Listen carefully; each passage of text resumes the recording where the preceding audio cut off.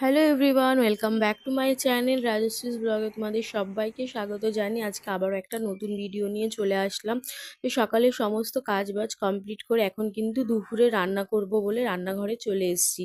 ওদিকে মাছটা ভালো করে কেটে ধুয়ে নিয়েছি। মাছটা কালকে তোমাদের দাদা কেটে নিয়ে আসেনি, আর ও কালকে কিন্তু বড় বড় সাইজের পাবদা মাছ কিনে নিয়ে এসছে। আর কালকে যেহেতু মাটন রান্না করেছিলাম, তো এই পাবদা মাছটা ফ্রিজে ছিল।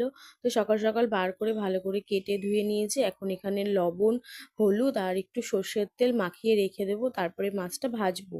আর ওদিকে বেগুন ভাজবো বলে বেগুনের মধ্যেও কিন্তু নুন আর হলুদটা মাখিয়ে রাখলাম। আর ওদিকে মুগ ডালটা বসিয়েছিলাম, মুগ ডালটা হয়ে গেছে, এদিকে বেগুন ভাজাটা হচ্ছে। আর একদিকে বেগুন ভাজা করছি আর একদিকে মাছটা করব। তো এই যে মাছটা এখন ভাজা বসিয়ে দিচ্ছি। আর ওই পাবদা মাছ কিন্তু খুব ফোটে, তো ঢাকা দিয়ে দিয়ে একদম সুন্দর করে কড়া করে ভেজে নিলাম। আর আমাদের বাড়িতে একটু কড়া করেই মাছ না ভাজলে আবার তোমাদের দাদা, আমারও ভালো লাগে না, একটু কড়া কড়া করেই ভেজে মাছ খাই। হ্যাঁ, মেটটা খুব একটা ভাজি না, মেটটা একটু নর্মাল ভাজি, কারণ নাহলে বেশি কড়া হয়ে গেলে আবার একটু ছাবড়া ছাবড়া হয়ে যাবে, ও খেতে পারবে না। যেহেতু ও ভাজা মাছটা খায়, আর আমরা ঝোলে দিলে কি হয় বলো তো, নরম হয়ে যায়। আর ও ভাজা খেলে আর সেই নরম ভাবটা হয় না, তো একটু নরম করেই ভাজি। একদম কাঁচা কাঁচা নয়, আমি যতটুকু ভাজার প্রয়োজন ততটুকু ভাজি, কিন্তু একটু নরমটা থাকে। তারপরে এখানে পাবদা মাছের ঝালটা করে নিচ্ছি আর কি, যেটা পোস্ত আর জিরে, পোস্ত সর্ষে আর লঙ্কা বেটে রেখেছিলাম, সেটা তেলের ওপর কালো জিরে দিয়ে ওইটা বাটাটা দিয়ে একটুখানি জল দিয়ে ফুটিয়ে নুন হলুদ দিয়ে দিয়েছি। এখন ভাজা মাছগুলো দিয়ে একটু ফুটিয়ে নেব, আর তারপরে পরিমাণ একটুখানি সর্ষের তেল, কয়েকটা চেরা কাঁচা লঙ্কা, আর শীতের সময় একটু ধনেপাতা তো দিতেই হবে, দিয়ে নামিয়ে নিলেই কিন্তু পাবদা মাছটা একদম রেডি হয়ে যাবে। আর খেতেও কিন্তু বেশ সুন্দর হয়েছিল। আমি অনেকটা কাঁচা লঙ্কা বেটেও দিয়েছি, আবার 4-5টা কাঁচা লঙ্কা চিরেও দিয়েছি, সেই জন্য খুব স্পাইসি ঝাল ঝাল হয়েছিল খেতে। তো চলো, আমার রান্না বান্না কিন্তু সবই প্রায় হয়ে গেছে। আজকে সেরকম বেশি কিছু রান্না করিনি, তাই জন্য খুব তাড়াতাড়ি হয়ে গেছে। চলো তোমরা দেখো। তো আজকে রান্না করেছিলাম হচ্ছে ওই কি